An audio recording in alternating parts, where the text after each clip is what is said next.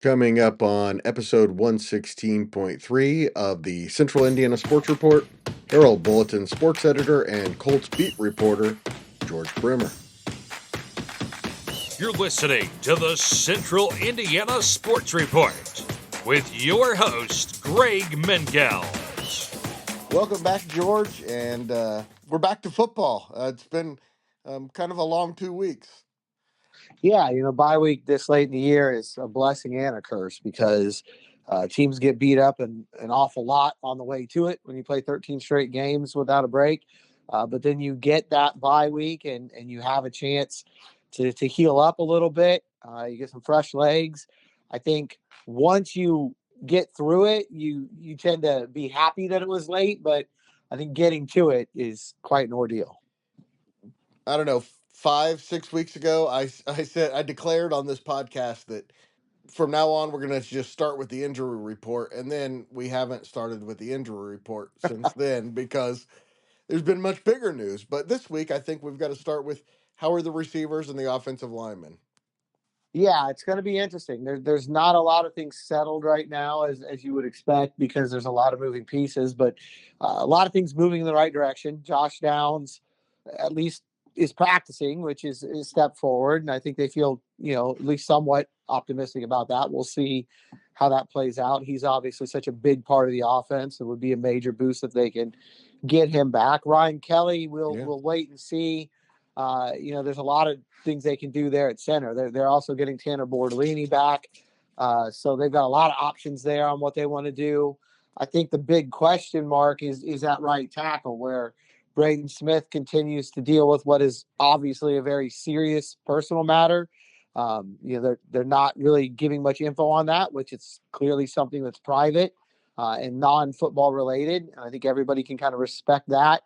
But you understand the fact that it's likely to cost him a second game tells you that whatever's going on is obviously very significant. And so that goes well beyond the football field. And you just hope him and his family are able to come through it.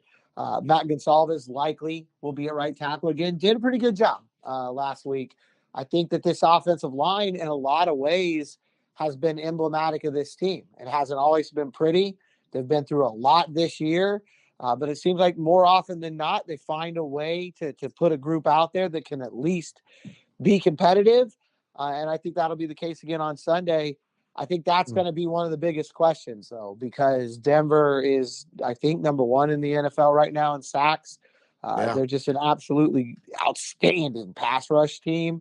And so, having a rookie at right tackle, put it this way, he's going to grow up a lot on Sunday. Yes, no doubt.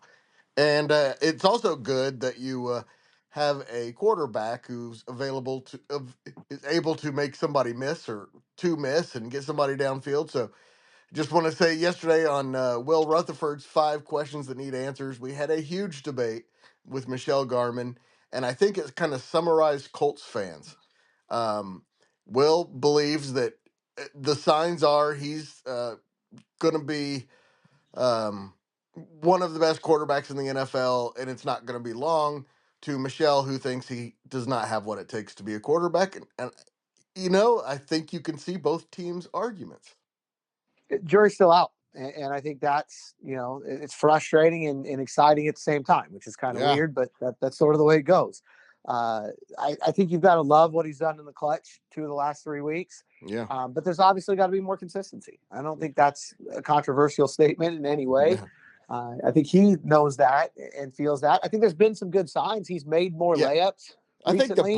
I think the positive signs have far outweighed the inconsistencies the last 3 weeks, even against the Lions. Yep.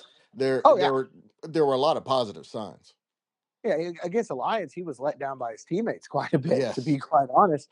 But yeah, I think you still need to see more. I don't think I'm ready to anoint him the undisputed future of the franchise, but you certainly feel a lot better about that than you were a month ago. And maybe Shane Steichen is a genius after all. I don't know if we'll go that far. I still think it probably was a better idea not to bench him. Yes, but of course. It obviously did no harm.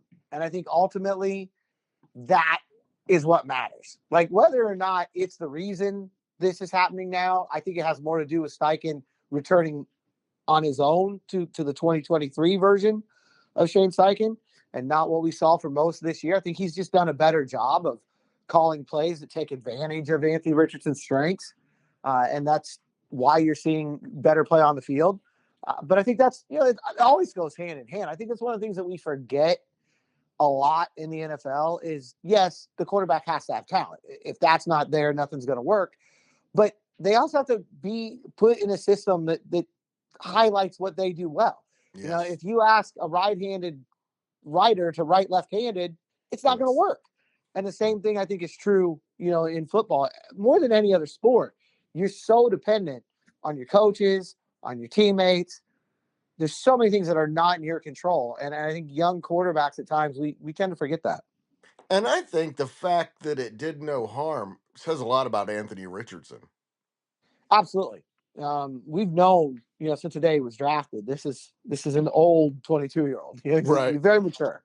And I think you see that just on and off the field, what he's done in the fourth quarter to the last 3 weeks, the way he handled this benching, this is a guy who doesn't go down easily. He's not going to sit and wallow in mistakes. And that's important. I think the mental aspect undoes a lot of quarterbacks in this league. I can't imagine what it must be like at 22 years old to be the face of a franchise and to have that kind of responsibility on your shoulders, let alone the benching and everything else that's happened. And I see where a lot of quarterbacks can't handle that. And obviously he's gone out and it's just one of the many signs that tells you right now the arrow's pointed in the right direction. Speaking of a lot of players can't handle it, the Colts are going to Denver, a place that's been known to wear on teams, especially late in games. Any talk of the altitude and a lot of these guys, particularly the best players on the team, have never done this. Yeah, there's been some talk. Some of the guys have been there, some haven't. I know DeForest Buckner is one of the guys that's been up there a couple times, and it's something that, especially on long drives, you're going to feel it. And so you said the key is not to have long drives, get off the field, and don't let that happen. But it's easier said than done, and there's no doubt Denver is well known as one of the toughest places to play in the NFL. And this is the biggest stage a lot of these guys have been on too, let alone the elements, let alone how well the Broncos have played recently. This is the biggest game a lot of these guys have ever played in. Certainly the quarterback, because he wasn't here for the season ender last year against Houston. And the stakes are very similar.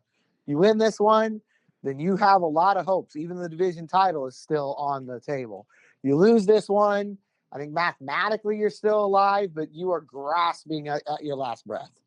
I mean, you're talking about being 2.5 games down and not having the the tiebreaker. That's a death sentence right there. So if they're going to lose one, it can't be to Denver. That's for sure.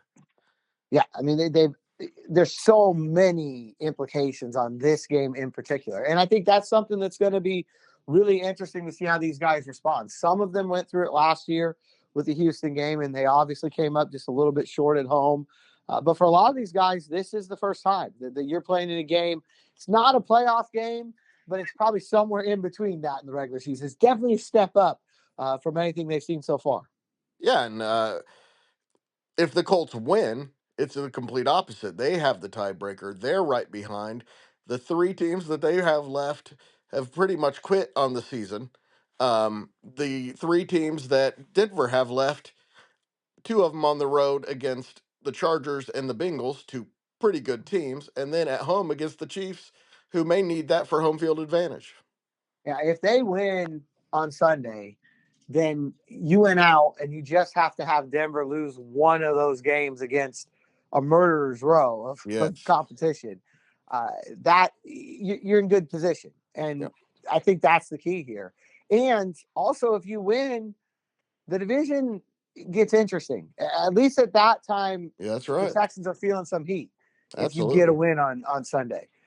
So, as far as the time that I've been around here, this to me is right up there with any of the end of the year games they played recently. You had that Yes. win and get in 2018 with Tennessee, the win and get in 2020 with Jacksonville, the win and get in with 2021 with Jacksonville, and last year with Houston. This game to me is right there. It's just as big as any of those. Yeah, let's be honest. Getting into the playoffs with Phillip Rivers probably would have just been pretty quick. Getting in with Carson Wentz, getting it, but getting in with Anthony Richardson and getting him that playoff experience with all the young guys they have on this team, it's a way bigger deal making the playoffs this year. That's massive. I mean, if this team can go there and see what the playoff environment is like, and really, that's one of the benefits of Sunday because it's not a playoff game, but you're getting a lot of that atmosphere. You're going to have that kind of pressure on your back. I think it's good for a young team, and I think it's something that this team probably needs to experience. Now, the downside to all this is they don't match up very well at all with Denver in Yes. this game. Yes. These And are all big so, ifs. but I think that's a good thing too. I mean, when you go up there and most of the world's expecting you to lose, hey, these are the moments that a lot of these guys sign up for. You're going out there, it's all on the line, you're facing a team that's red hot. It's why you start playing football to begin with. I'll be honest, I'm expecting them to lose. I don't think it's a game that the Colts will win. So I'm saying a lot of ifs here, but if they can win it, it probably saves some jobs too. Yeah, it's going to be interesting to see what happens in the offseason anyway, because Yes. I, so much of what takes shape over these last four games is going to determine, a lot of things about the future of this franchise. Obviously, it all starts with number 5 and him continuing to play well and, things continuing to go in the right direction with him. And that's going to make everybody feel better about the franchise in general.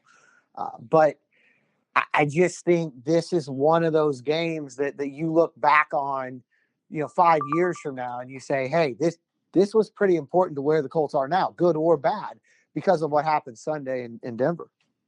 It does seem to be that big. Thank you once again, George. That was great as always. Always look forward to talking Colts with you once a week. No problem, man. Anytime. And hopefully we get some better weather here soon. We can start enjoying some more high school basketball. Yeah, loving that high school basketball.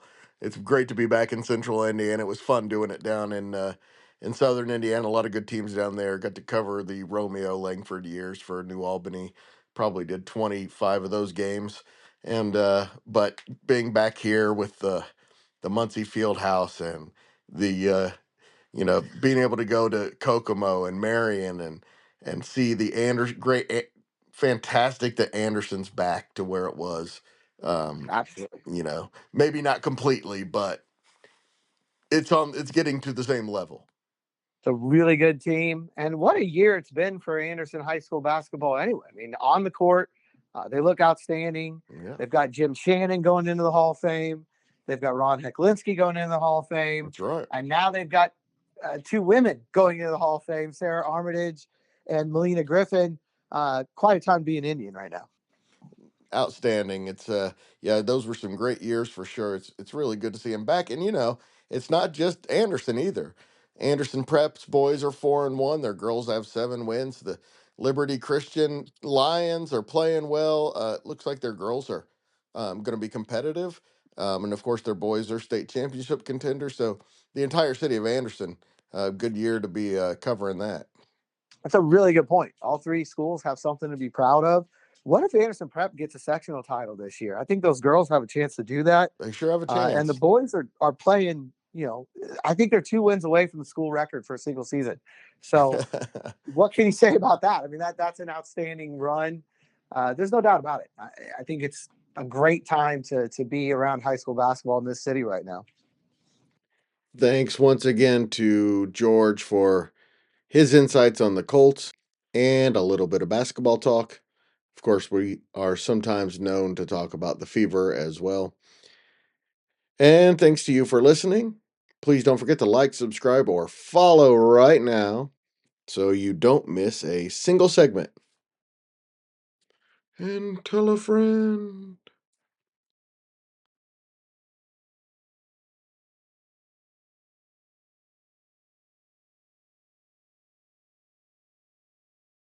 The Central Indiana Sports Report is a product of ITG Media.